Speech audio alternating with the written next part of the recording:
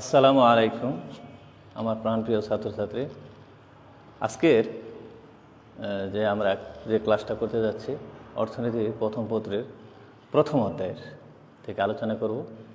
আলোচনার বিষয়বস্তু হচ্ছে অর্থনৈতিক ব্যবস্থা বলতে কী বোঝো, আর কি ধরনের অর্থনৈতিক ব্যবস্থা বর্তমান বিশ্বে প্রচলিত আছে, এই অর্থনৈতিক ব্যবস্থার কি বৈশিষ্ট্য, এটা নিয়ে আমরা আজকে আলোচনা করব ইনশাল্লাহ। তো আলোচনার আগে আমি মহান রাব্বুল আলামিনের দরবারে শুকরিয়া জ্ঞাপন করছি যে মহান রাব্বুল আলামিন আমাদেরকে দয়া মায়া করে এখানে উপস্থিত হওয়ার তৌফিক দান করেছেন, আলহামদুলিল্লাহ। তো আল্লাহর শুকরিয়া জ্ঞাপন করে আমি আমার ক্লাসটা শুরু করতে যাচ্ছি। ক্লাসটা সবাই মনোযোগ দিয়ে শুনবে আশা করি। সবাই যারা লাইভে আছো তারা সবাই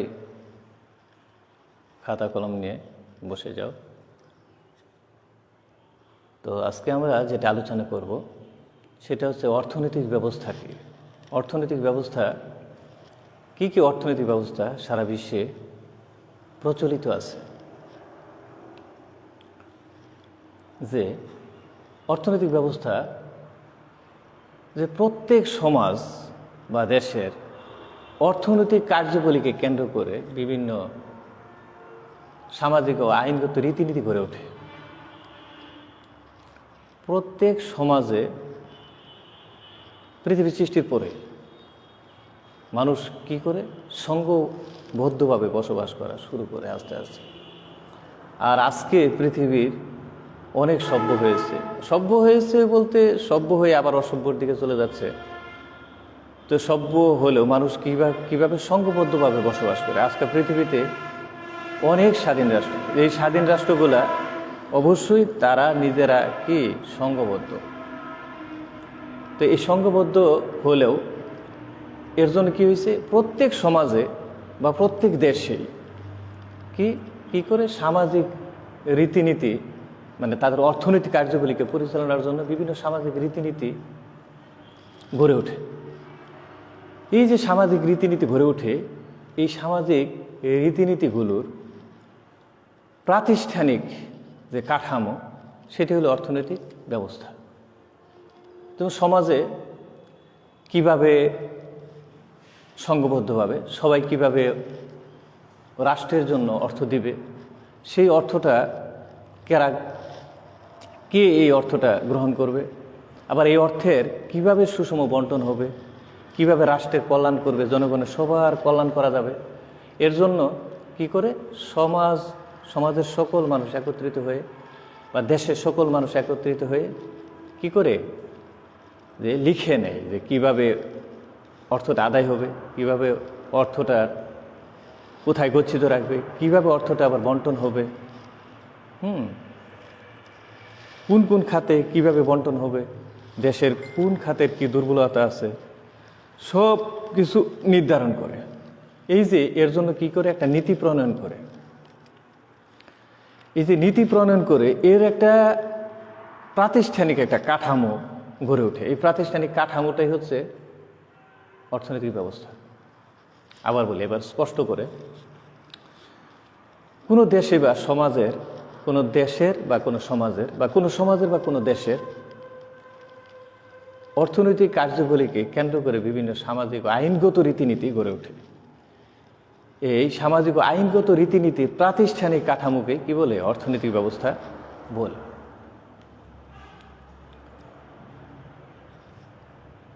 যে সামাজিক রীতিনীতি দ্বারা অর্থনৈতিক কার্যাবলী পরিচালিত হবে তা দেশের যারা শাসন করবে, জনগণ যাকে শাসন করার জন্য কর্তৃত্ব দান করবে, তারা কি করে এটা আইনের মাধ্যমে পাশ করে নেয়।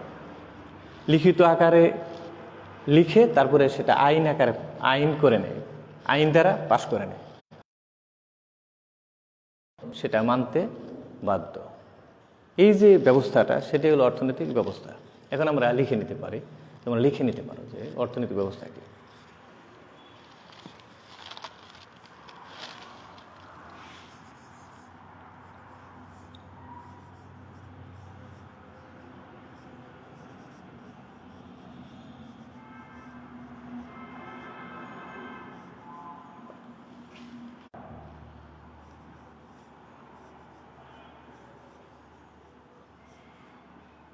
একটি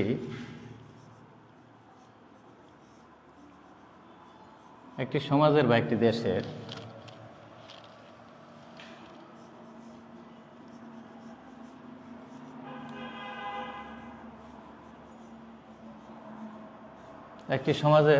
দেশের অর্থনৈতিক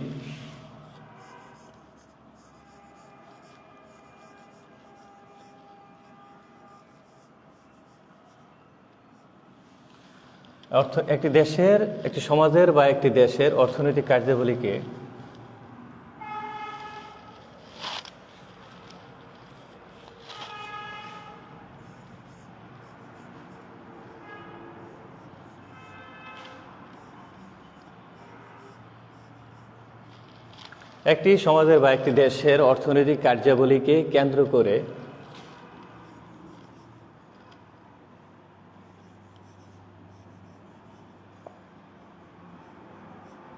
নানারূপ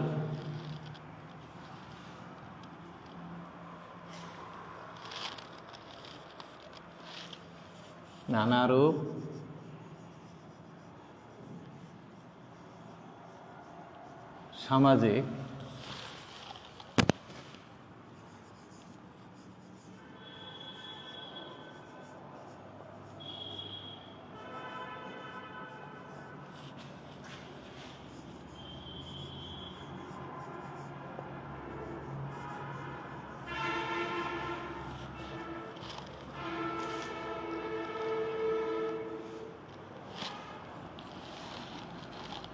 একটি সমাজের বা একটি দেশের অর্থনৈতিক কার্যাবলীকে কেন্দ্র করে নানারূপ সামাজিক আইনগত রীতিনীতি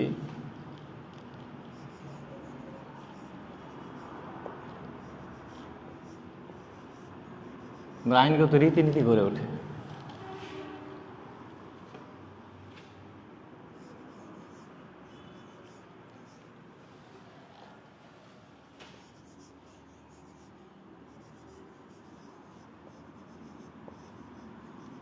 এই সামাজিক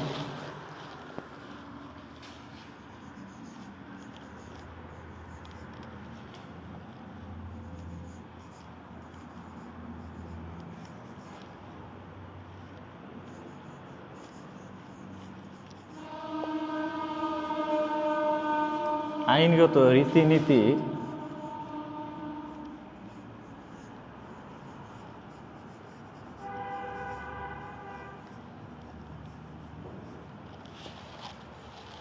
একটি সমাজের বা একটি দেশের অর্থনৈতিক কার্যাবলীকে কেন্দ্র করে নানারূপ সামাজিক ও আইনগত রীতিনীতি গড়ে ওঠে।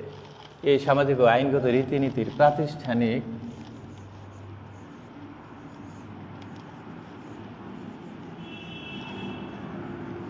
কাঠামোকে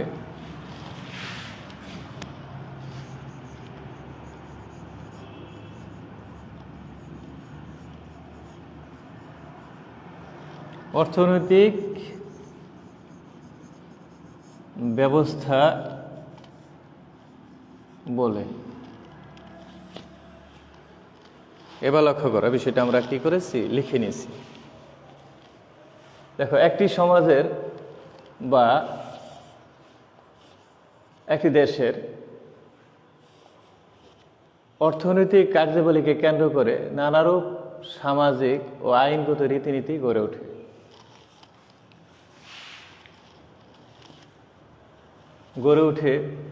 এই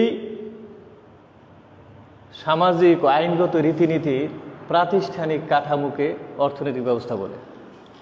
আমরা বিষয়টা আগে বলেছি, এখন লিখে দিয়েছি বিষয়টা, যে অর্থনৈতিক ব্যবস্থাকে, অর্থনৈতিক ব্যবস্থা হচ্ছে প্রত্যেক সমাজেই তাদের, বা এখানে বলছি আমরা একটি সমাজের বা একটি দেশের এরকম নির্দিষ্ট যে এরকম সারা পৃথিবীতে যত রাষ্ট্র আছে সব রাষ্ট্রেরই তারা কি করবে, যে তাদের অর্থনৈতিক কার্যাবলী পরিচালনার জন্য কিভাবে পরিচালনা করবে সেজন্য কিছু সামাজিক রীতিনীতি যেটা প্রচলিত আছে সেটা তারা লিখে নেয়। আবার কি করে, আবার এটা আইন দ্বারা পাশ করে নেয়। তাহলে তাদের অর্থনৈতিক কার্যাবলী কিভাবে পরিচালিত হবে, কিভাবে তারা আয় উপার্জন করবে, কিভাবে তারা ব্যয় করবে রাষ্ট্রের কল্যাণের জন্য, তারা কি করে লিখে নেয় এবং আইন দ্বারা পাশ করে নেয়। তাহলে এই সামাজিক রীতিনীতির যে কি করলো, যে রীতিনীতি গড়ে ওঠে, এই রীতিনীতিগুলোর একটা প্রাতিষ্ঠানিক কাঠামো তৈরি করে প্রত্যেক রাষ্ট্রে। এই প্রাতিষ্ঠানিক কাঠামোটাই হচ্ছে কি অর্থনৈতিক ব্যবস্থা। এখন এই সংজ্ঞাটা ক্লিয়ার? এই সংজ্ঞাটা মনে রাখলেই আমরা যে আলোচনা করব যে পৃথিবীতে কি কি অর্থনৈতিক ব্যবস্থা এখন প্রচলিত আছে, যে সেটা নিয়ে যখন আমরা আলোচনা করব তখন এই সংজ্ঞাটা মনে রাখলেই বিষয়টা স্পষ্ট হবে।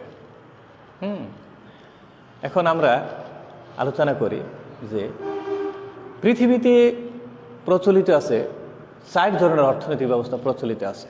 1 নম্বর হচ্ছে ইসলামী অর্থব্যবস্থা। 1 নম্বর কি? ইসলামী অর্থব্যবস্থা, যেটা সর্বকালের এবং সর্বযুগের সর্বশ্রেষ্ঠ অর্থনৈতিক ব্যবস্থা। সেটা হচ্ছে ইসলামী অর্থব্যবস্থা। যারা পৃথিবীতে 1500 বছর এটা কি হয়েছে, পৃথিবী শাসিত হয়েছে, পৃথিবীর মানুষের কি কল্যাণে ছিল তারা। কি অর্থব্যবস্থা? ইসলামী অর্থব্যবস্থা 1 নম্বর। 2 নম্বর হচ্ছে যে পুঁজিবাদী অর্থব্যবস্থা। 3 নম্বর হচ্ছে সমাজতান্ত্রিক অর্থব্যবস্থা। 4 নম্বর হচ্ছে কি মিশ্র অর্থব্যবস্থা। কয়টা অর্থব্যবস্থা? 4টে অর্থব্যবস্থা।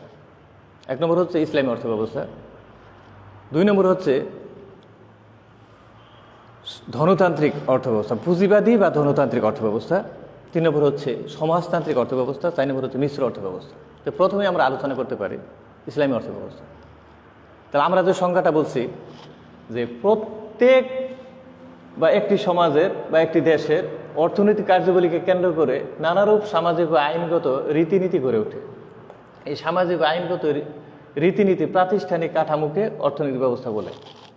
যে সংজ্ঞাটা ইসলামের ক্ষেত্রে কিন্তু এই সংজ্ঞাটা পুরোপুরি কার্যকর নয়।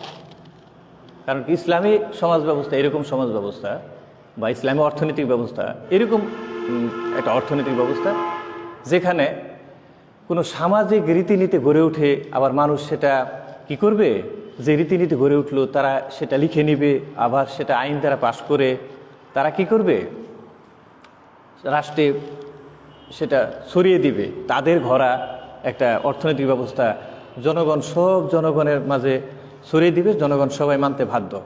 এরকম কিন্তু অর্থনৈতিক ব্যবস্থা ইসলামে নেই। ইসলামী অর্থব্যবস্থা কি? ইসলামী অর্থব্যবস্থা হচ্ছে যে অর্থব্যবস্থা কুরআন, আল্লাহ প্রদত্ত কুরআন এবং নবী করিম সাল্লাল্লাহু আলাইহি সাল্লাম রাসূলের জীবনাদর্শ ভিত্তিক যে অর্থব্যবস্থা, সেটা হলো কি অর্থব্যবস্থা? ইসলামী অর্থব্যবস্থা। তাহলে ইসলামী অর্থব্যবস্থায় এই সংজ্ঞাটা প্রযোজ্য নয় যে ইসলামী অর্থব্যবস্থা ভিন্ন অর্থব্যবস্থা। কিন্তু অন্যান্য যে অর্থব্যবস্থা আছে, যেমন মনে করো যে আমরা আগে বললাম যে পুঁজিবাদী বা ধনতান্ত্রিক অর্থব্যবস্থা, সেটা এখানে এই সংজ্ঞাটা প্রযোজ্য। যে সব পুঁজিবাদী অর্থনৈতিক ব্যবস্থা সারা বিশ্বের, যেমন পুরা ইউরোপ মহাদেশ, তারপরে তোমার আমেরিকা, তারপরে তোমার ইউরোপের কিছু কিছু রাষ্ট্র আছে মুসলিম রাষ্ট্র ভিন্ন, তারপরে তোমার এই উত্তর আমেরিকা, দক্ষিণ আমেরিকা, আফ্রিকার অনেক দেশ, সেগুলো আছে কি পুঁজিবাদী অর্থব্যবস্থা। তাহলে পুঁজিবাদী অর্থব্যবস্থা আর কি বলতেছি না আমরা, যে সেখানে কিন্তু তারা কি করছে, যে সামাজিক তাদের অর্থনৈতিক কার্যাবলী পরিচালনার জন্য সামাজিক রীতিনীতি আছে। এই পুঁজিবাদী অর্থব্যবস্থায় বা ধনতান্ত্রিক অর্থব্যবস্থায় তারা কি সেটা লিখে নিছে, লিখে নিয়ে জনগণের কল্যাণে সেটা কি করছে, তারা জনগণের মাঝে ছড়িয়ে দিয়ে সেটা লিখিত আকারে আইন দ্বারা পাশ করে নিচ্ছে। এটা পুঁজিবাদী অর্থব্যবস্থায় আছে। আরেকটা অর্থব্যবস্থা আছে যেটা আমরা আরও বিস্তারিত আলোচনা করবো। আগে ইসলামী অর্থনৈতিক ব্যবস্থাটা আমরা আলোচনা করি। ইসলামী অর্থব্যবস্থা আবার বলি যে ইসলামী অর্থব্যবস্থাটা এটা আমরা পরবর্তী আরও ক্লাস হবে, যখন এই একটা অধ্যায়ের উপর একটা বিষয়ের উপর, যেমন ইসলামী অর্থব্যবস্থার উপর আলোচনা হবে, তারপরে তোমার ধনতান্ত্রিক অর্থব্যবস্থা এটার উপর একটা আলোচনা হবে, মিশ্র অর্থব্যবস্থা, সমাজতান্ত্রিক অর্থব্যবস্থা আলোচনা হবে। তো আজকে আমরা আলোচনা করি, আগে 4টে আলোচনা করব তার সংক্ষিপ্ত আকারে।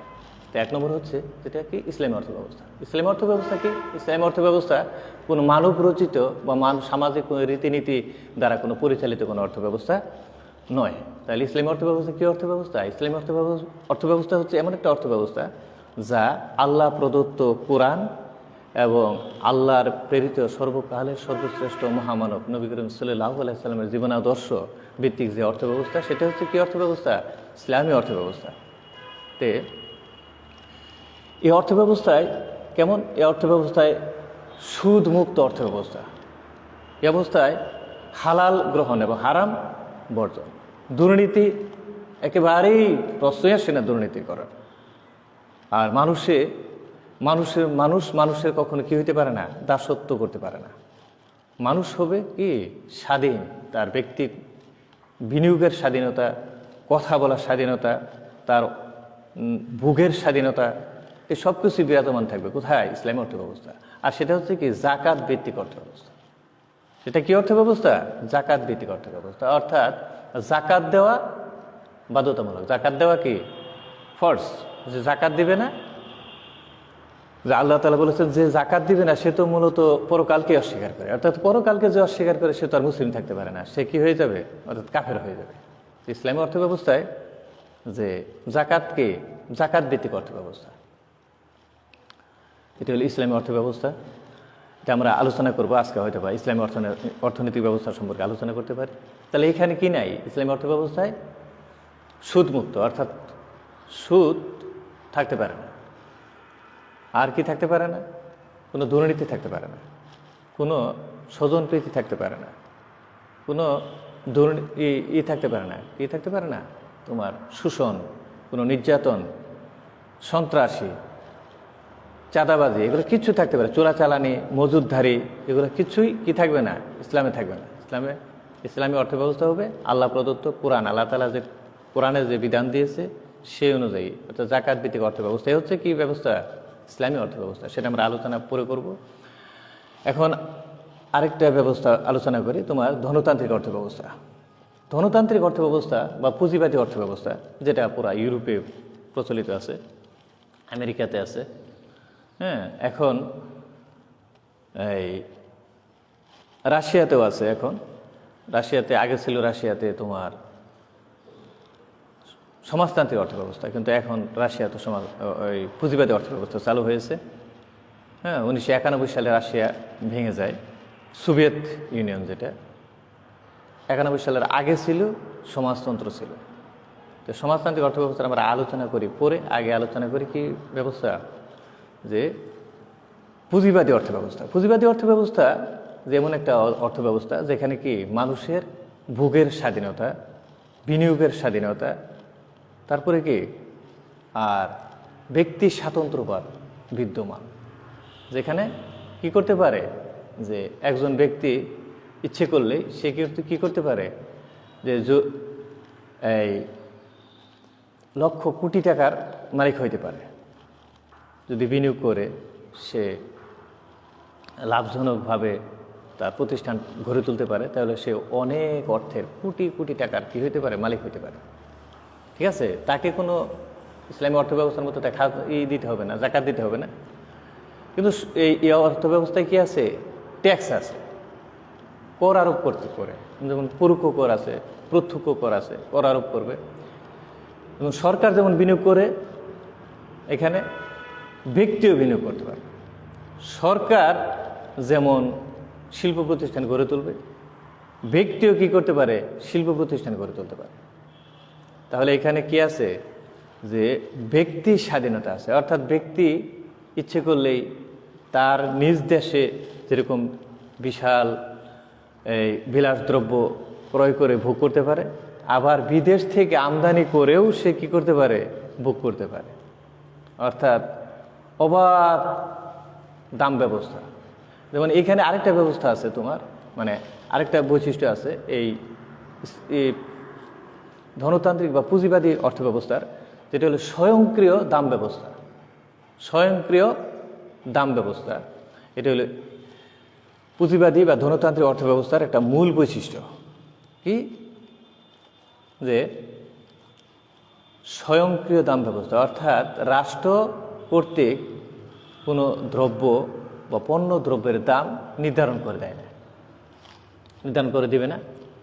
এখন কি হবে, দেশে যেসব পণ্যের উৎপাদন হচ্ছে, যারা এক শ্রেণী আছে তারা কি করতেছে, পণ্য উৎপাদন করতেছে, তারা কি করতেছে, যোগান দিচ্ছে। আরেক শ্রেণী আছে তারা পণ্য উৎপাদন করে না, তারা কি করে, সেবা উৎপাদন করে। তারা এই পণ্যটা কি করে, ক্রয় করে, তারা কি করে, চাহিদা সৃষ্টি করে। আর যারা পণ্য দ্রব্য উৎপাদন করে তারা উৎপাদনকারী, তারা যোগান সৃষ্টি করে। আর আরেক শ্রেণী আছে তারা কি করে, চাহিদা সৃষ্টি করে।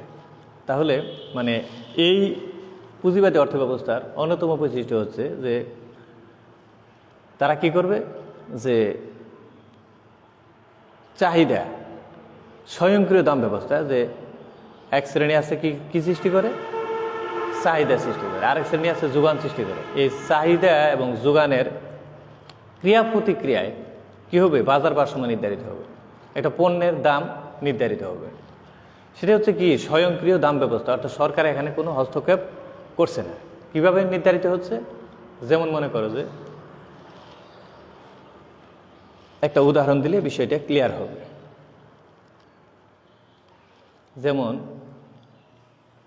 বাজারে কি বিক্রি হয়,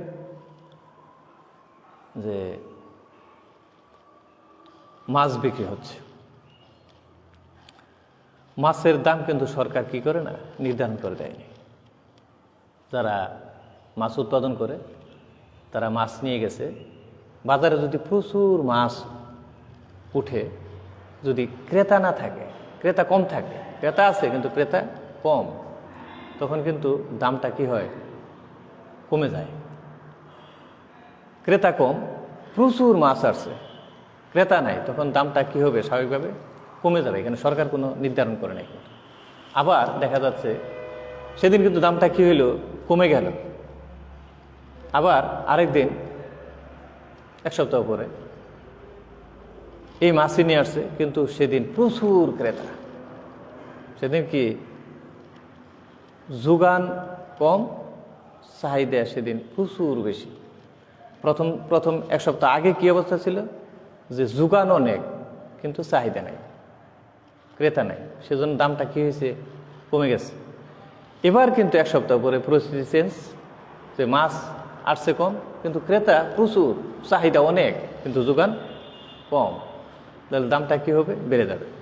দামটা অটোমেটিকভাবে যারা বিক্রেতা আছে তারা কি করবে, বাড়িয়ে দেবে।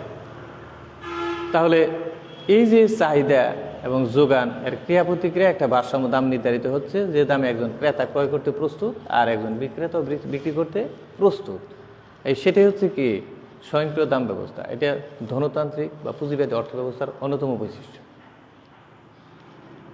এটা আমরা বৈশিষ্ট্যগুলো আলোচনা করব। তাহলে পুঁজিবাদী অর্থব্যবস্থায় যেমন একজন ব্যক্তি বিলাসবহুল জীবনযাপন করতে পারে, অঢেল কোটি কোটি ডলার, যেমন একটা আমরা উদাহরণ দিতে পারি, যেমন আমেরিকার বিল গেটস কোটি কোটি ডলারের মালিক, হিসাব ছাড়া।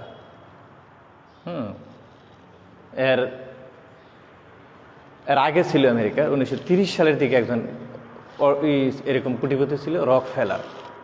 তার নাম ছিল কি, রকফেলার। এরকম যে পৃথিবীতে বলা হয়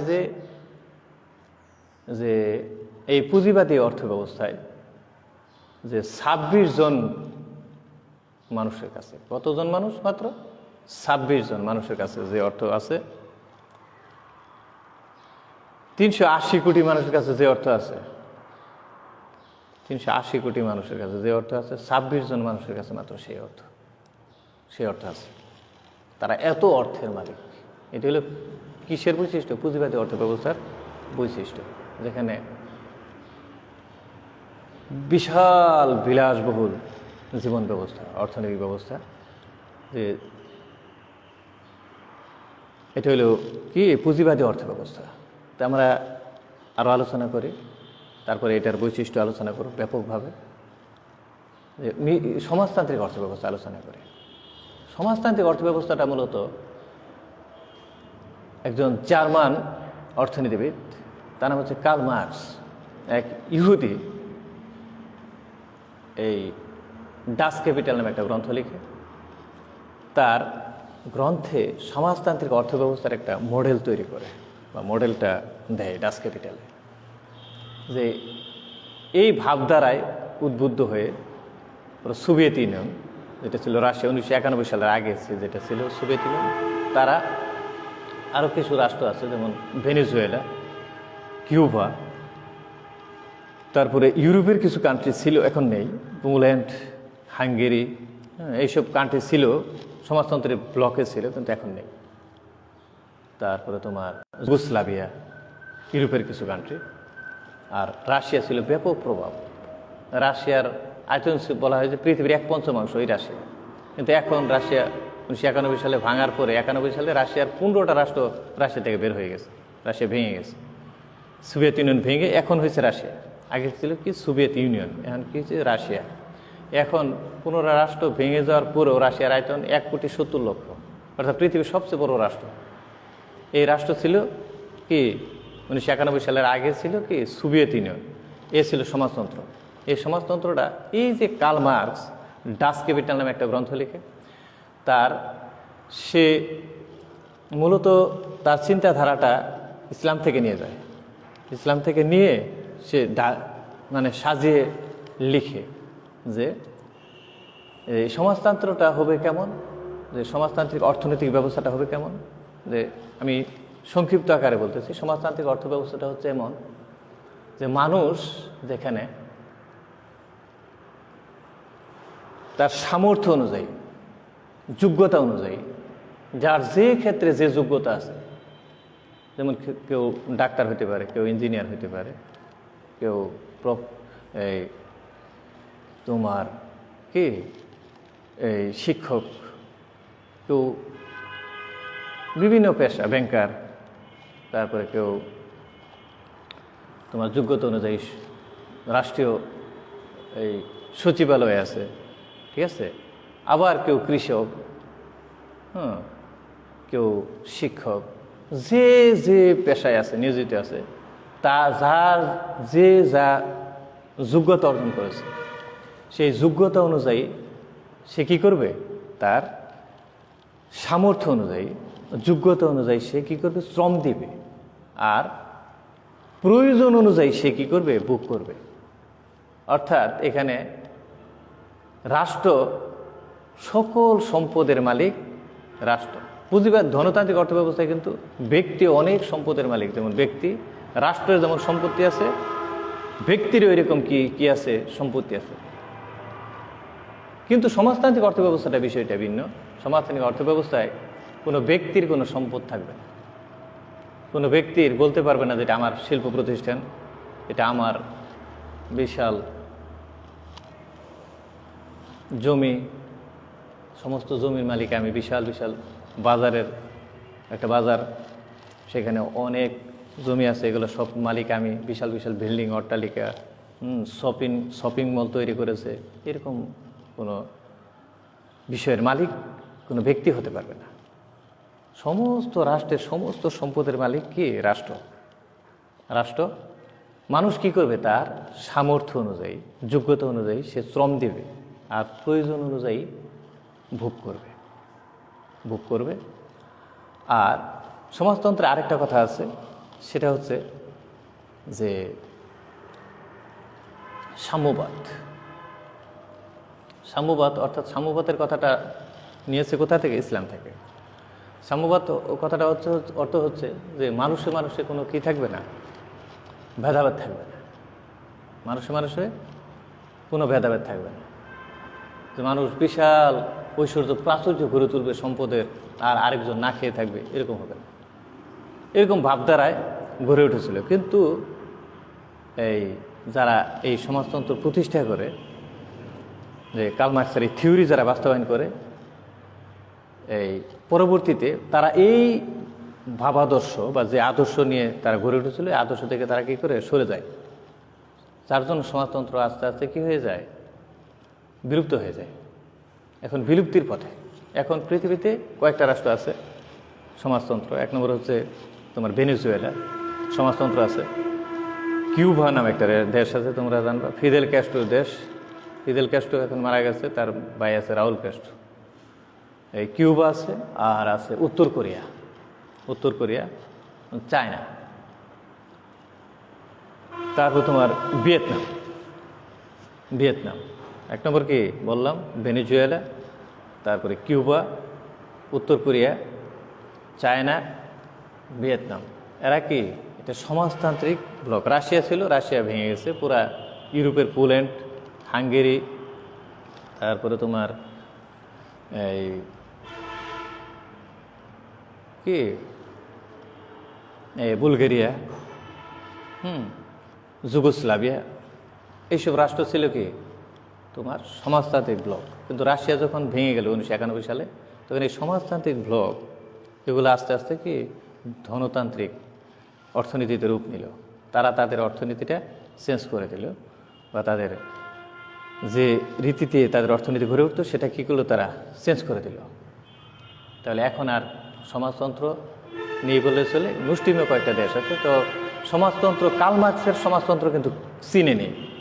চীনে যে সমাজতন্ত্র আছে সেটা হলো মাও সেতুংয়ের সমাজতন্ত্র, সেটা একটা ভিন্ন ধারা। আর আমরা যেটা আলোচনা করতেছি সেটা কার্ল মার্কসের যে নীতি, সেটা ডাস ক্যাপিটাল যে লিখেছিল সেই ধারায় যে সমাজতন্ত্র, সেটা হচ্ছে আমরা যেটা আলোচনা করতেছি সেটা। তাহলে সমাজতান্ত্রিক অর্থব্যবস্থা ছিল এরকম যে মানুষ কি করবে, তার সামর্থ্য এবং যোগ্যতা অনুযায়ী শ্রম দেবে এবং প্রয়োজন অনুযায়ী ভোগ করবে। রাষ্ট্রের কারো কোনো সম্পদের মালিকানা থাকবে না, রাষ্ট্রের সমস্ত সম্পদের মালিক হবে রাষ্ট্র। মানুষ সমস্ত সম্পদের রাষ্ট্র মালিক কি রাষ্ট্র।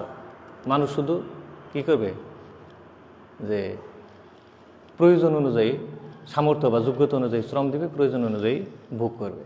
এই অবস্থায় কি হয়, মানুষ যখন দেখবে যে আমার কোনো সম্পত্তি নেই বা আমার কোনো কিছুই নেই, তখন সে কি হয়ে যায়, মানে হতাশ হয়ে যায়। তখন সে আর পরিশ্রম করতে চায় না, এবং রাষ্ট্র তাকে বাধ্য করে, যখন কঠিন শাস্তি আরোপ করে বাধ্য করবে, তখন তার মন মানসিকতা স্থির থাকবে না। এরকম আস্তে আস্তে এরকম প্রভাবে কী হয়ে যায়, সমাজতন্ত্রটা ভেঙে যায়। এবার আমরা আলোচনা করতে পারি যে মিশ্র অর্থব্যবস্থা। মিশ্র অর্থব্যবস্থাটা আসলে এই যে আমরা আলোচনা করলাম কি সমাজতান্ত্রিক অর্থব্যবস্থা, প্রথম আলোচনা করলাম কি ইসলামী অর্থব্যবস্থা, যেটা কি আল্লাহ প্রদত্ত কোরআন এবং রাসূলের জীবনাদর্শ ভিত্তিক যে অর্থব্যবস্থা, যাকাত ভিত্তিক যে অর্থব্যবস্থা, সেটা হলো কি অর্থব্যবস্থা, ইসলামী অর্থব্যবস্থা। আর পুঁজিবাদী অর্থব্যবস্থা বা ধনতান্ত্রিক অর্থব্যবস্থা, ধনতান্ত্রিক অর্থব্যবস্থা হচ্ছে যেটা যে ব্যক্তি স্বাধীনতা বিদ্যমান, যেখানে স্বয়ংক্রিয় দাম ব্যবস্থা বিদ্যমান, যেখানে মানুষ ইচ্ছে করলেই সে প্রচুর সম্পত্তির মালিক হতে পারবে। সে যেমন ব্যক্তি, যেমন রাষ্ট্রের যেমন অঢেল সম্পত্তি থাকবে, রাষ্ট্রীয় সম্পত্তি, ব্যক্তিরও অনেক সম্পত্তি থাকবে। ঠিক আছে, রাষ্ট্র যেমন বিনিয়োগ করবে, ব্যক্তিও সেরকম কী করবে, বিনিয়োগ করবে। রাষ্ট্র যেরকম বা রাষ্ট্রীয় কর্মচারীরা যেরকম রাষ্ট্র যেরকম ভোগ করবে, একজন ব্যক্তি সেও ইচ্ছা করলে সেরকম কী করতে পারে, বিলাসী দ্রব্য ক্রয় করে ভোগ করতে পারে। এটা হলো কী অর্থব্যবস্থা, যে পুঁজিবাদী বা ধনতান্ত্রিক অর্থব্যবস্থা। আর সমাজতান্ত্রিক অর্থব্যবস্থা যেখানে হচ্ছে যে সমাজতান্ত্রিক অর্থব্যবস্থা যেখানে রাষ্ট্র সকল সম্পদের মালিক, রাষ্ট্র, ব্যক্তির কোনো সম্পদ থাকবে না, আর সমস্ত সম্পদের মালিক হবে কি রাষ্ট্র। তাহলে রাষ্ট্র মানুষ শুধু কি করবে, তার সামর্থ্য বা যোগ্যতা অনুযায়ী শ্রম দিবে আর প্রয়োজন অনুযায়ী ভোগ করবে রাষ্ট্রীয় সম্পদ। আর কি হবে, যেখানে থাকবে সাম্যবাদ, অর্থাৎ মানুষে কোনো কি থাকবে না, ভেদাভেদ থাকবে না। যে একজন বিশাল গাড়ি বাড়ি ঐশ্বর্য প্রাচুর্য নিয়ে ঘুরবে, আরেকজন বস্তিতে থাকবে, এরকম কোনো ব্যবস্থা বা এরকম কোনো সিস্টেম কোথায় থাকবে না, সমাজতন্ত্র থাকবে না। কিন্তু এটা মানে বাস্তবে রূপায়ণ করা কোথাও সম্ভব হয়নি, কোনো সমাজতান্ত্রিক রাষ্ট্রে সম্ভব হয়নি। বা এটা যে চিন্তা করেছে, চিন্তাটা নিয়েছিল কোথা থেকে, ইসলাম থেকে। অর্থাৎ ইসলামে একমাত্র এই সাম্যবাদ প্রতিষ্ঠিত হয়েছিল, আর কোথাও পৃথিবীর কোথাও প্রতিষ্ঠিত হয়নি। যেমন তার সাম্যবাদের একটা উদাহরণ দেই ইসলামের, যে নবী করিম সাল্লাল্লাহু আলাইহি সাল্লাম, আমাদের প্রিয় নবী, প্রাণপ্রিয় নবী, যে যখন মৃত্যুবরণ করে তখন তার ঘরে মানে বাতি চালানোর মতো, কুপি চালানোর মতো কি ছিল না, তেল ছিল না। এটি হলো কি সাম্যবাদ। এরকম সাম্যবাদের চিন্তাধারা কার্ল মার্কস নিয়েছিল কোথা থেকে? ইসলাম থেকে। কিন্তু ইসলামে মানে সমাজতান্ত্রিক ব্লকে যে সারা পৃথিবীর বিভিন্ন রাষ্ট্রের সমাজতন্ত্র গড়ে উঠেছিল 1919 সাল থেকে। তাহলে 1919 সাল থেকে শুরু হয়েছিল, মূলত 1900 কত সাল, 91 সালে শেষ, বিলুপ্ত হয়ে গেছে। আর আমাদের সারা পৃথিবীতে প্রতিটি ইসলামী অর্থব্যবস্থা কত 1500 বছর ছিল। কতশো বছর? 1500 বছর। তাহলে দেখো, আমরা এবার যে এই বিষয়গুলো আরও ব্যাপক আকারে আলোচনা করার আগে আমরা আলোচনা করি এখন কি অর্থব্যবস্থা, যে মিশ্র অর্থব্যবস্থাটা কি আসলে। আমরা আলোচনা করলাম কি অর্থব্যবস্থা, যে ইসলামী অর্থব্যবস্থা, তারপরে কি ধনতান্ত্রিক বা পুঁজিবাদী অর্থব্যবস্থা, সমাজতান্ত্রিক অর্থব্যবস্থা। এখন আলোচনা করি আমরা মিশ্র অর্থব্যবস্থা। মিশ্র অর্থব্যবস্থা হচ্ছে এমন একটা অর্থব্যবস্থা যে সমাজতান্ত্রিক অর্থনীতির যে গুণগুলো আছে, ভালো ভালো দিকগুলো আছে। যেমন সমাজতান্ত্রিক অর্থব্যবস্থার আরেকটা বৈশিষ্ট্য আছে, তারা কি করে সারা পৃথিবীতে সর্বপ্রথম যে পঞ্চবার্ষিকী একটা পরিকল্পনা গ্রহণ করে।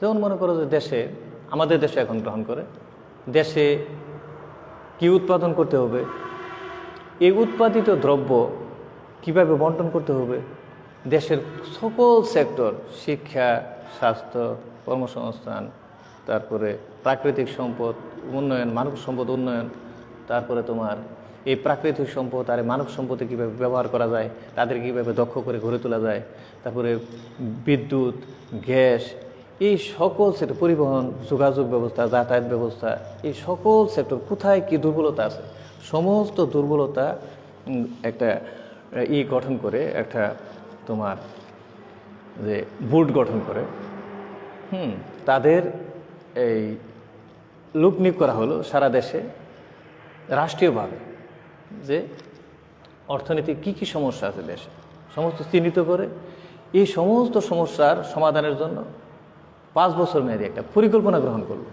যে রাষ্ট্রের কোন সেক্টর দুর্বলতা আছে, সকল সেক্টরের দুর্বলতা নির্ণয় করে এই সমস্ত দুর্বলতা দূর করে রাষ্ট্রকে একটা কল্যাণমূলক বা উন্নত আধুনিক রাষ্ট্রে পরিণত করার যে পরিকল্পনা গ্রহণ করে 5 বছর মেয়াদী, এটা পৃথিবীর কোনো রাষ্ট্রেই প্রথম করেনি। প্রথম করেছে কোথায়? তোমার সোভিয়েত ইউনিয়ন, বর্তমান রাশিয়া। এই সোভিয়েত ইউনিয়ন সমাজতান্ত্রিক এই যে একটা বৈশিষ্ট্য, বিশাল গুরুত্বপূর্ণ একটা ভালো একটা দিক তাদের। কি করে? যে 5 বছর মেয়াদী একটা কি করে পরিকল্পনা গ্রহণ করে, যে পরিকল্পনায় দেশের সকল সেক্টরের দুর্বলতা বা কোথায় দেশের সমস্যা আছে সমস্ত সমস্যাগুলো চিহ্নিত করে, আর এই সম্পদের যে সম্পদ আয় হবে সমস্ত সম্পদের সুষম, কোনো দুর্নীতি থাকবে না, সুষম বন্টন করে রাষ্ট্রকে কল্যাণমূলক আধুনিক উন্নত রাষ্ট্রে পরিণত করে যে পরিকল্পনা, সেটা গ্রহণ করে কোন অর্থব্যবস্থা? সমাজতান্ত্রিক অর্থব্যবস্থা। তাহলে সমাজতান্ত্রিক অর্থব্যবস্থার একটা ভালো দিক। তারপরে এরকম যে প্রত্যেকটা অর্থব্যবস্থার কিছু কিছু ভালো দিক আছে, আবার কিছু কিছু কি আছে, খারাপ দিকগুলো আছে। যে এই মিশ্র অর্থব্যবস্থা হচ্ছে এরকম একটা অর্থব্যবস্থা যেটা ধনতান্ত্রিক অর্থব্যবস্থা বা পুঁজিবাদী অর্থব্যবস্থার ভালো যে গুণগুলো আছে সেটা গ্রহণ করবে, আবার সমাজতন্ত্রের যে দোষ আছে সেগুলো পরিত্যাগ করে সমাজতন্ত্রের যে ভালো গুণগুলো আছে সেগুলো গ্রহণ করবে। ইসলামী অর্থব্যবস্থার কিছু বৈশিষ্ট্য গ্রহণ করবে, পরিপূর্ণভাবে ইসলামের বৈশিষ্ট্য গ্রহণ করে না, বা আংশিকভাবেও খুব একটা নেই। মূলত এই অর্থব্যবস্থায় দুইটা গ্রহণ করে, একটা হলো মিশ্র অর্থব্যবস্থা, না একটা হলো ধনতান্ত্রিক বা পুঁজিবাদী অর্থব্যবস্থা, একটা হলো সমাজতান্ত্রিক অর্থব্যবস্থা। এই দুই অর্থব্যবস্থার গুণগুলো, দোষগুলো পরিত্যাগ করে গুণগুলো গ্রহণ করে যে অর্থব্যবস্থা গড়ে উঠবে সেটা হলে কি অর্থব্যবস্থা? মিশ্র অর্থব্যবস্থা। মিশ্র অর্থব্যবস্থা যেখানে কি করতে পারে, ব্যক্তি যেরকম সম্পত্তির মালিক হতে পারে, রাষ্ট্র কি হতে পারে, সম্পত্তির মালিক হতে পারে। আবার এখানে কি করে, এখানে স্বয়ংক্রিয় দাম ব্যবস্থাও মিশ্র অর্থ ব্যবস্থায় কি বিদ্যমান। অর্থাৎ সরকার পণ্যের মূল্য কি করে দেয় না, নির্দিষ্ট করে দেয় না। নির্দিষ্ট করে সমস্ত পণ্যের মূল্য সরকার কি করে না, নির্দিষ্ট করে দেয় না। এখানে চাহিদা এবং যোগানের ক্রিয়া প্রতিক্রিয়ায় কী নির্ধারিত হয়, পণ্যের মূল্য নির্ধারিত হয়। তাহলে সমাজতান্ত্রিক পুঁজিবাদী বা ধনতান্ত্রিক অর্থব্যবস্থার ভালো দিকগুলো গ্রহণ করে, আবার সমাজতান্ত্রিক অর্থব্যবস্থার ভালো দিকগুলো গ্রহণ করে। যেমন 5 বছর মেয়াদি, 2 বছর মেয়াদি পরিকল্পনা গ্রহণ করে। কোন কোন সেক্টরের কী কী দুর্বলতা আছে, সমস্ত সেক্টরের দুর্বলতাগুলো গবেষণা করে বের করে তারপরে তার উন্নয়নের জন্য পদক্ষেপ গ্রহণ করে, সম্পদের সুষম বন্টন করে দেয়। তো এটা হচ্ছে কি, কোথা থেকে আনছে, সমাজতান্ত্রিক অর্থব্যবস্থা। তাহলে মিশ্র অর্থব্যবস্থা হচ্ছে এই ধনতান্ত্রিক বা পুঁজিবাদী অর্থব্যবস্থার ভালো গুণগুলো গ্রহণ করে এবং সমাজতান্ত্রিক অর্থব্যবস্থার যেগুলো ভালো গুণগুলো গ্রহণ করে যে অর্থব্যবস্থাটা গড়ে হচ্ছে, সেটা কি অর্থব্যবস্থা, মিশ্র অর্থব্যবস্থা। এই মিশ্র অর্থব্যবস্থায় যেমন আমাদের দেশের অর্থব্যবস্থা এখন কি অর্থব্যবস্থা, মিশ্র অর্থব্যবস্থা। আমাদের অর্থব্যবস্থা কিন্তু ইসলামী অর্থব্যবস্থা না, ধনতান্ত্রিক অর্থব্যবস্থাও না, সমাজতান্ত্রিক অর্থব্যবস্থাও না। এটি কি অর্থব্যবস্থা, মিশ্র অর্থব্যবস্থা। তাহলে আমরা জানলাম যে কয়টা অর্থব্যবস্থা আছে পৃথিবীতে, 4টা। একটা হলো কি ইসলামী অর্থব্যবস্থা, 1 নম্বর। 2 নম্বর হচ্ছে যে কি অর্থব্যবস্থা, ধনতান্ত্রিক বা পুঁজিবাদী অর্থব্যবস্থা। 3 নম্বর হচ্ছে সমাজতান্ত্রিক অর্থব্যবস্থা। 4 নম্বর হচ্ছে মিশ্র অর্থব্যবস্থা। তাহলে আমরা যে জানলাম এই অর্থব্যবস্থাগুলো, অর্থব্যবস্থার যে সর্বশ্রেষ্ঠ অর্থব্যবস্থা হচ্ছে কি, অর্থব্যবস্থা ইসলামী অর্থব্যবস্থা, যেখানে কি ছিল না, যেখানে কোনো সুদ ছিল না। অর্থাৎ ধনতান্ত্রিক অর্থব্যবস্থায় কি আছে, সুদ আছে। মিশ্র অর্থব্যবস্থায় কি, সুদ বিদ্যমান। আর সমাজতান্ত্রিক অর্থব্যবস্থায় কি, সুদভিত্তিক অর্থব্যবস্থা। অর্থাৎ যেখানে মানুষ শোষণের সর্বশ্রেষ্ঠ হাতিয়ার হচ্ছে, সবচেয়ে বড় হাতিয়ার হচ্ছে মানুষের শোষণের এই সুদ। আর এই সুদ কোথায় নেই, একমাত্র ইসলামী অর্থব্যবস্থায় সুদ নেই। ইসলামী অর্থব্যবস্থা কি করবে, মানুষ কি করবে, যখন সে সামর্থ্য হবে, অর্থাৎ তার সম্পদ যদি 1 বছর তার সম্পদ থাকে, অর্থাৎ 7.5 তোলা সোনা অথবা 52 তোলা 7.5 তোলা স্বর্ণ অথবা 52 তোলা রূপা যদি তার থাকে, 1 বছর তার হাতে থাকে, তাহলে তাকে কি করতে হবে, জাকাত দিতে হবে। এটা কি অর্থব্যবস্থা, ইসলামী অর্থব্যবস্থা। অর্থাৎ জাকাত দিলে, এই জাকাত যদি একটা দেশের সমস্ত জনগণ হিসাব করে যদি জাকাত দেয়, আর জাকাতের যদি সঠিক সুষ্ঠু সুন্দর বন্টন হয়, তাহলে সেই দেশে কোনো দারিদ্র থাকতে পারে না। এই দেশ 5 বছরে কি হবে, উন্নত রাষ্ট্রে পরিণত হবে। এবং সেখানে কোনো কি থাকতে পারে না, কোনো দুর্নীতি, চাঁদাবাজি, সন্ত্রাসী কিছুই থাকতে পারে না। দর্শন তো দূরের কথা, কিচ্ছু থাকবে না। সেটা হলো কি অর্থব্যবস্থা, ইসলামী অর্থব্যবস্থা। আমরা মূলত ইসলামী অর্থব্যবস্থার বৈশিষ্ট্য আলোচনা করতে পারি আজকে। দেখে যদি সময় থাকে তাহলে আমরা এটা আলোচনা করব।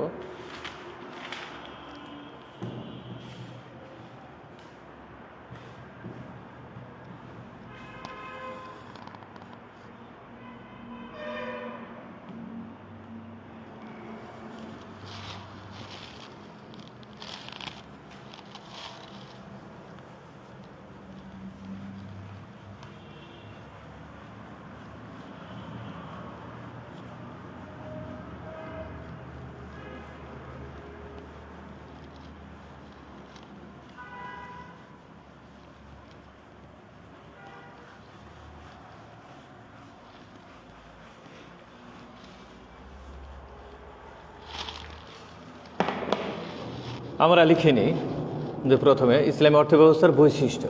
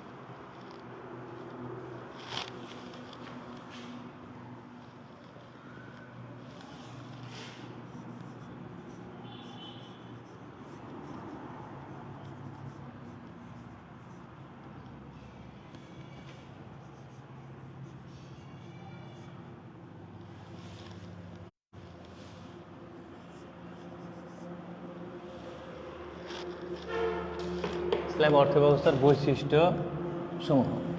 1 নম্বর হচ্ছে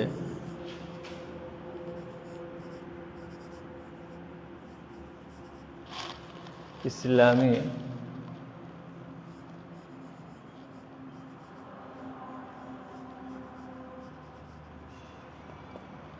শরিয়া।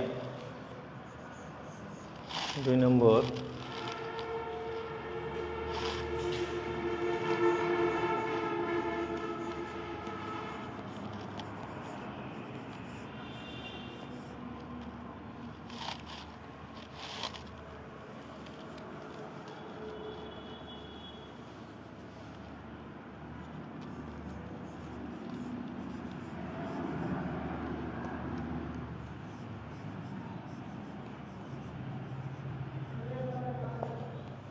হালাল ও হারামের বিধান।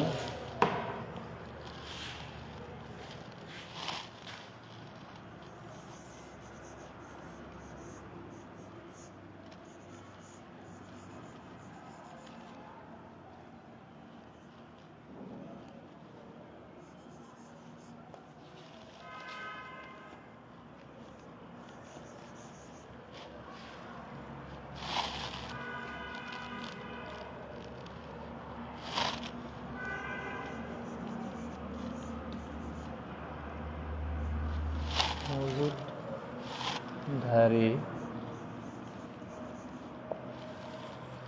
ইসলামী শরিয়া। 2 নম্বর হচ্ছে হালাল ও হারামের বিধান। সুদ হারাম, মজুদধারী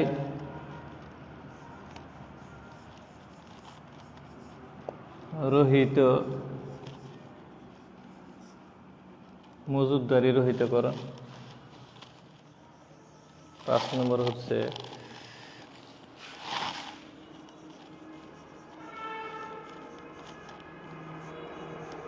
সম্পদের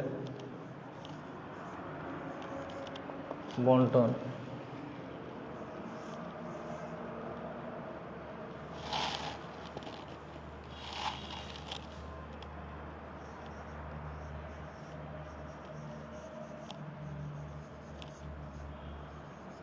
শ্রম আইন। 7 নম্বর হচ্ছে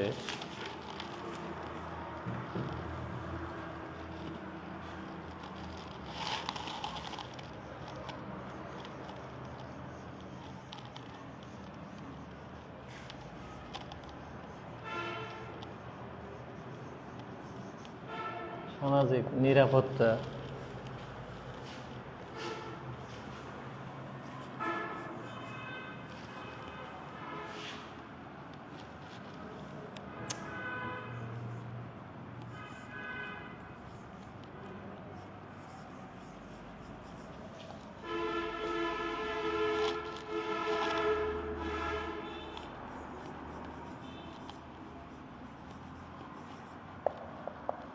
দুর্নীতি প্রতিরোধ।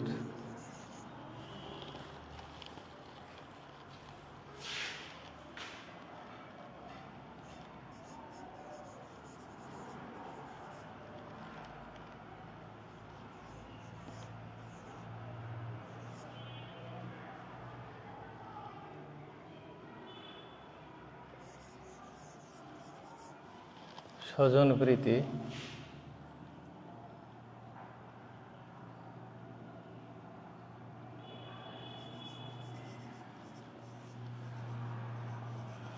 থাকবে না।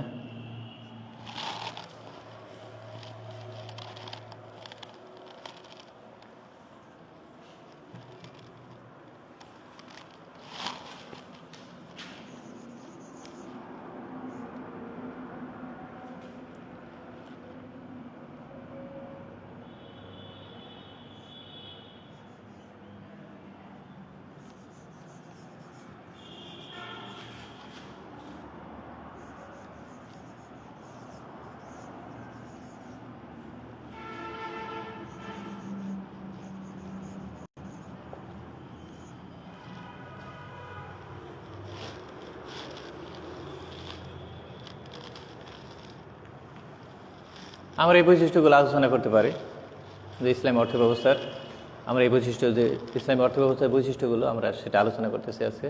লক্ষ্য করো তো 1 নম্বর বৈশিষ্ট্য ইসলামী শরিয়া, অর্থাৎ রাষ্ট্রের সকল কার্যক্রম কোনো ব্যক্তির গড়া মতবাদ অনুযায়ী রাষ্ট্রের কোনো কার্যক্রম পরিচালিত হবে না। আর মানুষ কখনো কি হবে না, মানুষের দাস হবে না। মানুষ কখনো মানুষের দাসত্ব করবে না। ইসলামী অর্থব্যবস্থায় মানুষ হবে কার দাস? আল্লাহর দাস। মানুষ গোলামি করবে কার? আল্লাহর। মানুষ দাসত্ব করবে কার? একমাত্র আল্লাহর। কিন্তু যদি ইসলামী অর্থব্যবস্থা না থাকে, সব অর্থব্যবস্থায় দেখবে মানুষ মানুষের কি হয়েছে? দাসত্বে পরিণত হয়েছে। মানুষ মানুষের দাসে পরিণত হয়েছে। আগে যেমন আগে দাসরা ছিল কীভাবে? শিকলে বাঁধা, কিন্তু এখন আর শিকল নেই, কিন্তু তারা দাসত্বের বন্ধনে আবদ্ধ, কিন্তু শিকল শুধু পায়, শিকল নেই। ইসলামী অর্থব্যবস্থা ব্যতীত সকল অর্থব্যবস্থায় দেখবে যে এরকম মানুষ কি আছে? বন্দি আছে। যেমন তোমার এই গ্রীষ্মের নারীরা পুঁজিতাভিত্তি করে তারা কি করে জীবনযাপন করে। অর্থনৈতিক ব্যবস্থা ভেঙে গেছে, এখন পুঁজিবাদী অর্থব্যবস্থায় তারা কি করে? পতিতাভিত্তি করে তাদের জীবন নির্বাহ করে। তো মানুষের কি করে? দাসত্ব করে। একমাত্র ইসলামী অর্থব্যবস্থা যেখানে কি করে? যে মানুষ হবে আল্লাহর দাস, অর্থাৎ রাষ্ট্রের যাবতীয় সকল কার্যক্রম হবে কোরআন ভিত্তিক এবং রাসূলের জীবন আদর্শ ভিত্তিক। এখানে শরিয়া ছাড়া, আল্লাহর বিধান ছাড়া মানুষের করা কোনো মতবাদ অনুযায়ী কিচ্ছু পরিচালিত হবে না। এর জন্য ইসলামী অর্থব্যবস্থা প্রথম বৈশিষ্ট্য হচ্ছে কি? ইসলামী শরিয়া অনুযায়ী সব চলবে। যেমন সৌদি আরবে বিশ্বের সবচেয়ে কম সন্ত্রাসী কর্মকাণ্ড, বিশ্বের সবচেয়ে কম যেখানে, সেটা হচ্ছে কোথায়? সৌদি আরব। যেখানে কি আছে? যদিও রাষ্ট্রীয়ভাবে যারা ক্ষমতায় আছে তারা কি এই কোরআনের বিধান অনুযায়ী চলে না, কিন্তু রাষ্ট্রীয় যে আইন আছে সে আইনটা জনগণের পরিচালনার জন্য, রাষ্ট্র পরিচালনার জন্য যে আইন ব্যবস্থা আছে সেটা কি? কোরআন ভিত্তিক। সেটা কি? বিচার ব্যবস্থা কি? কোরআন ভিত্তিক। সেজন্য সেখানে কি? সন্ত্রাসী কর্মকাণ্ড পৃথিবীর সবচেয়ে কম। তাহলে এই এক নম্বর হচ্ছে কি? ইসলাম অর্থব্যবস্থার যে শরিয়া ভিত্তিক অর্থব্যবস্থা। দুই নম্বর হচ্ছে কি? দেখো যে হালাল ও হারামের বিধান।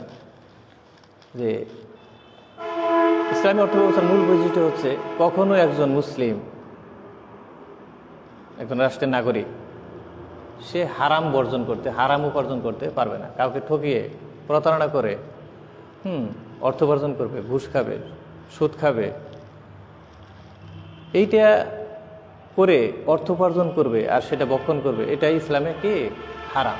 অসৎ উপায়ে অর্থাৎ মাপে কম দিবে, এটা ইসলামে হারাম। আর নবী করিম সাল্লাল্লাহু আলাইহি ওয়াসাল্লাম বলেছেন যে যার উদর হালাল উপায়ে উপার্জিত অর্থ দ্বারা উদর পূর্তি হয়েছে, তবে বক্ষণ করেছে, তার কখনো দোয়া কবুল হবে না। সে যত দাড়ি পাগড়ি আর যত নামাজি পড়ুক, তার কি হবে না? যে হারাম উপায়ে উপার্জন করে সুদ খায়, আবার ঘুষ খায়, দুর্নীতি করে, প্রতারণা করে, মাপে কম দেয়, পণ্যে ভেজাল মিশায়, এরকম প্রতারক যে হারাম উপায়ে উপার্জন করে তার কোনো দোয়া কবুল হবে না। আর ইসলামে এর কোনো স্থান নেই। সাথে সাথে চুরি করলে তার কি হবে? প্রতারণা করলে তার হাত কাটা যাবে। তার হাত কাটা গেলে 14 গোষ্ঠীর তার মধ্যে কেউ আর পরিচয় দিতে পারবে না যে এ ছিল চোরের বংশ, তার কেউ সম্পর্ক তার সাথে করবে না। তাহলে কি ইসলামী অর্থব্যবস্থায় যেখানে হালাল উপার্জন, সে রিক্সা চালাক, সে যদি ধার্মিক হয়, সৎ হয়, তাহলে একজন সচিব হইতে পারে। তার চেয়ে এই রিক্সা চালায়, হালাল উপার্জন করে, সে যদি ধার্মিক হয়, সৎ হয়, তাহলে আল্লাহ তাআলার কাছে এর চেয়ে এই রিক্সা চালকের, সচিবের চেয়ে রিক্সা চালকের মূল্য অনেক বেশি।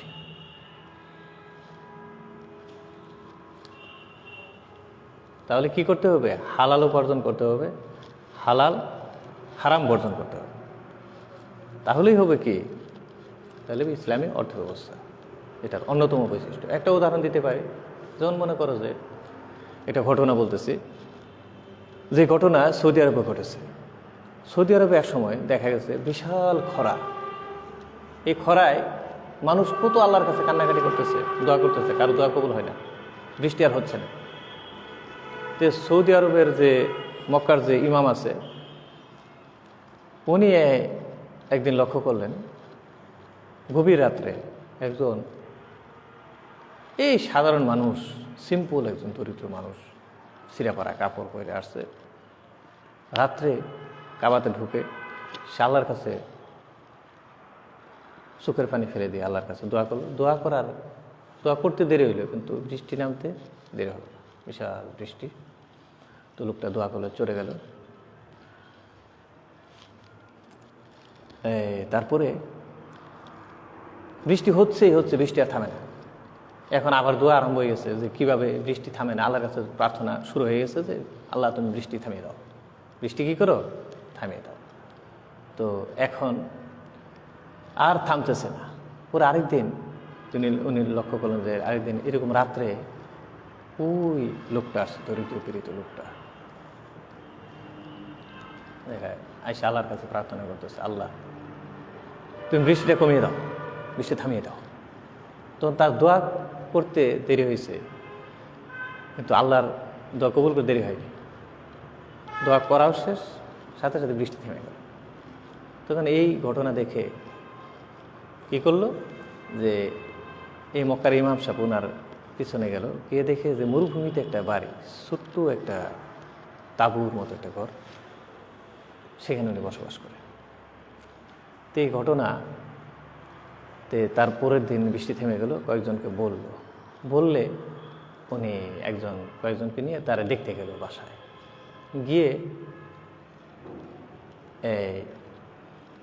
গিয়ে দেখছে, সেদিন দেখা করে আসছে। পরে আবার আরেকদিন গেছে তার বাসায়, গিয়ে দেখে যে উনি আর ওই জায়গাতে নেই, উনি চলে গেছে। কেন চলে গেছে? উনি যে পরহেজগার, আল্লাহ তাআলা তাকে ভালোবাসে, আল্লাহ তাআলা তার দোয়া কবুল করছে, সেজন্য মানুষ জেনে ফেলবে, এজন্য সে কী করছে, সব কিছু নিয়ে এই জায়গার স্থান ত্যাগ করে অন্য জায়গায় চলে গেছে। তো এরকম হালাল সে ছিল আসলে কি মুচি, অর্থাৎ জুতা সেলাই করতো। তার পেশা ছিল কি, সে ছিল সাধারণ একজন মুচি, জুতা সেলাই করতো মানুষের। তাহলে আল্লাহর কাছে কত প্রিয় ছিল যে তার দোয়া করতে কবুল হয়েছে, কারণ সে কী ভক্ষণ করতো, হারাম উপায় উপার্জন করতো না, হালাল উপায় উপার্জন করতো, হালাল ভক্ষণ করতো। ইসলামী অর্থব্যবস্থা এরকম অর্থব্যবস্থা যে হালাল উপার্জন করলে আর হালাল ভক্ষণ করলে, হারাম পরিত্যাগ করলে তার দোয়া কবুল হবে, সে যা চাবে আল্লাহ তাআলা তাকে তাই দিয়ে দেবে। আরও ঘটনা আছে, ঘটনা বলার হয়তো সময় হবে না। তারপরে দেখো কি যে সুদ, তার 3 নম্বর বিষয়টি কি, সুদ হারাম। অর্থাৎ ইসলামী অর্থব্যবস্থায়, একমাত্র ইসলামী অর্থব্যবস্থায় যেখানে আছে কি সুদ হারাম। অর্থাৎ সুদ যে সবচেয়ে জঘন্য পাপ হচ্ছে কি সুদ গ্রহণ। যেমন জেনা করার, মায়ের সাথে জেনা করা, সুদ সুদের 63টা পাপ আছে। সর্বনিম্ন পাপ হচ্ছে মায়ের সাথে জেনা করার সমতুল্য। এরকম কঠিন পাপ, এত বড় কঠিন আইন আর আল্লাহ তাআলা কোথাও ঘোষণা করে নেই। সুদের বিরুদ্ধে যে আইন ঘোষণা করছে আল্লাহ তাআলা কোরআনে বলেছে, তোমরা যদি দেখো যে সূরা বাকারার 275 নম্বর আয়াত থেকে 80-87 নম্বর আয়াত পর্যন্ত এখানে ব্যাখ্যা আছে যে আল্লাহ তাআলা বলছে যে যারা সুদ খাবে তারা হাসরের ময়দানেও তারা উঠবে কীভাবে, যেমন জিনে ধরা বা শয়তানে আসর করে যেমন পাগল হয়ে যায় মানুষ, হিতাহিত জ্ঞান থাকে না, জিনে ধরলে মানুষ যেরকম হয় সেরকম হাসরের ময়দানে সে উঠবে। সবাই বলবে যে এতে আর কী অবস্থা, এরকম অবস্থাকে যেমন সবাই জানবে যে এই দুনিয়াতে কী করতো, সুদ খাইতো, এর জন্য তার পরিণতি কী হয়েছে, এরকম হয়েছে। যারা সুদ দেয় শাস্তি হবে 4 শ্রেণীর মানুষ, সুদের সাথে যারা জড়িত, যারা সুদ দেয়, যারা সুদ খায়, যারা সুদের হিসাব রাখে, আর যারা সুদের সাক্ষী হয়। এই 4 শ্রেণীর মানুষ কী হবে, যে 4 শ্রেণীর মানুষের কী হবে, শাস্তি হবে, তারা সুদের সাথে সংশ্লিষ্ট। আল্লাহ তাআলা তারপরে বলেছেন যে আমি সুদকে কী করি, ধ্বংস করে দিই, আর যাকাতকে বৃদ্ধি করে দিই। এই যে আল্লাহর আইনের কথা, এটা যদি কেউ জানে, শুনে, কোরআনের আইনটা জানে, এই জানার পরেও যদি কেউ সুদ খায়, সে হবে কি, আল্লাহ তাআলা বলতে সে হবে জাহান্নামী, তার কোনো মুক্তি নেই। আর যদি সে এটা আল্লাহর আইন, এই কোরআনের আইন, আল্লাহর আইন জানার পরে সে পরিত্যাগ করে, তাহলে সে সূত্রে একবারে তওবা করে পরিত্যাগ করে দেয়, তাহলে সে মূল যে টাকাটা দিয়েছে, একজনকে ধার দিয়েছে, সেটা পাবে, প্রাপ্য। কিন্তু সুদটা সে পরিত্যাগ করে দেবে, তওবা করবে, আর জীবনে সুদ খাবে না, তখন আল্লাহ তাআলা তাকে মাফ করতে পারে। কিন্তু সে যদি এরকম করে যে সুদ খাইতেই থাকে, পরিত্যাগ না করে এই আইন জানার পরেও, তাহলে তার পরিণাম হবে কি জাহান্নাম। আল্লাহ তাআলা তারপরে বলছে, এখানেই বলছে যে যারা সুদ খায় তারা আল্লাহ এবং আল্লাহ রাসূলের বিরুদ্ধে কী করলো, যুদ্ধ ঘোষণা করলো। তা আল্লাহ এবং আল্লাহ রাসূলের বিরুদ্ধে যুদ্ধ ঘোষণা করছিল কি নমরুদ। এই নমরুদের মতো সে কাফেরে পরিণত হবে। তারা কি করবে, সুদ খাবে। তাহলে এই সুদ কি ইসলামে হারাম, অর্থাৎ শোষণ কোথায় থাকবে না, ইসলামে শোষণ নিপীড়ন থাকতে পারে না। অর্থাৎ এক শ্রেণীর মানুষ অর্থ ব্যাংকে রেখে বিলাস জীবনযাপন করবে, আরেক শ্রেণীর মানুষ শ্রম দিবে, সারাদিন পরিশ্রম করবে এবং তারপরে না খেয়ে থাকবে, এরকম হবে না। সুদ হইলে সবচেয়ে বড় কি, শোষণ, নির্যাতন, অত্যাচার। তাহলে ইসলামে কি নেই, সুদ নেই। সুদ ভিত্তিক অর্থব্যবস্থা কি ইসলামী অর্থব্যবস্থা।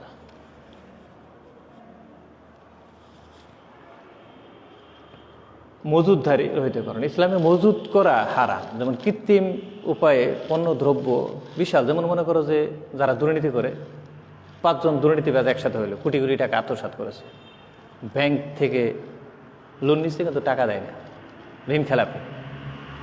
আবার দুর্নীতি করে অর্থ উপার্জন করেছে, এরকম 5 জন মিলে দেশে পেঁয়াজ কিনলো, দেশের বিভিন্ন বাজার থেকে পেঁয়াজ কিনে মজুদ করে ফেললো, কোটি কোটি টাকার পেঁয়াজ কিনলো, পেঁয়াজ কিনে মজুদ করে ফেললো, কৃত্রিম সংকট সৃষ্টি হলো, তারা কী করলো, দাম বেড়ে গেল। অর্থাৎ 25 টাকার পেঁয়াজ হইলে কত, 100 টাকা, 200 টাকা, এরকম হয়েছে। পরে আস্তে আস্তে তারা কী করলো, বিক্রি করলো, মজুদ করে পরে আস্তে আস্তে কী করলো, দাম বেড়ে গেল, তারা আস্তে আস্তে বিক্রি করলো। এটা কি ইসলামে হারাম। ইসলামী অর্থব্যবস্থা এরকম। আমরা তো সময় স্বল্পতার কারণে আজকে আর নয়, আমরা এই পয়েন্টগুলো পরে আলোচনা করব, আগামী ক্লাসে আলোচনা করবো ইনশাল্লাহ। এটা আলোচনা করব, তারপরে আমরা আলোচনা করব মিশ্র অর্থব্যবস্থা ইনশাল্লাহ। তো আজান নয়, আমরা জানলাম কি ইসলামী অর্থব্যবস্থার কিছু বৈশিষ্ট্য জানলাম। আগামী ক্লাসে আরও বিস্তারিত আলোচনা করবো। আমরা 4টা বৈশিষ্ট্য জেনেছি এখানে, ইসলামী শরিয়া, তারপরে হালাল ও হারামের বিধান, সুদ হারাম, তারপরে তোমার মজুদদারি রহিতকরণ, তারপরে সম্পদের বন্টন, শ্রম আইন, সামাজিক নিরাপত্তা, তারপরে দুর্নীতি প্রতিরোধ, স্বজন প্রীতি থাকবে না, জাকাত বাধ্যতামূলক। এই পয়েন্টগুলো আমরা কি করব, আগামী ক্লাসে আলোচনা করব ইনশাল্লাহ। তারপরে আমরা মিশ্র অর্থব্যবস্থা আলোচনা করব, তারপরে ধনতান্ত্রিক অর্থব্যবস্থা আলোচনা করব, তারপরে সমাজতান্ত্রিক অর্থব্যবস্থা আলোচনা করব ইনশাল্লাহ। তো আজ আর নয়, তোমরা ভালোভাবে স্টাডি করবে ইনশাল্লাহ। তো আগামী ক্লাসে আল্লাহ তাআলা চাই তো আবার দেখা হবে ইনশাল্লাহ। আজকে এখানে সমাপ্তি। আসসালামু আলাইকুম ওয়া রাহমাতুল্লাহি ওয়া বারাকাতুহু। আল্লাহ তোমাদের মঙ্গল করুক আর তোমরা দুনিয়া আখিরাতে কল্যাণময় জীবন লাভ করো।